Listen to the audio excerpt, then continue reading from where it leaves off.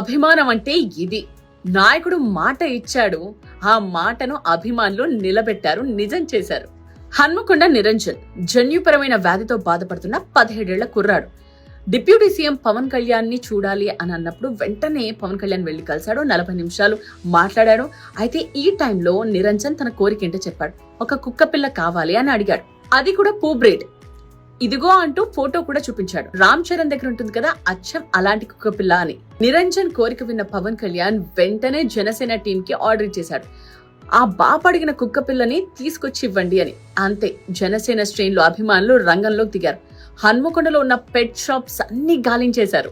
నిరంజన్ అడిగిన కొద్ది గంటల్లోనే అచ్చం నిరంజన్ చూపించిన ఫోటోలో లాంటి కుక్క పిల్ల రెడీ. జనసేన నేతలు అభిమానులు స్వయంగా వెళ్లి నిరంజన్ కి ఇచ్చారు.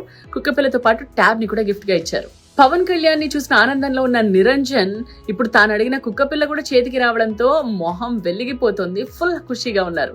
నాయకుడు మాట ఇచ్చాడు అనంటే అభిమానులు ఆ పనిని పూర్తి చేస్తారు. వాళ్ళనే అంటారు power star Pawan Kalyan fans అని.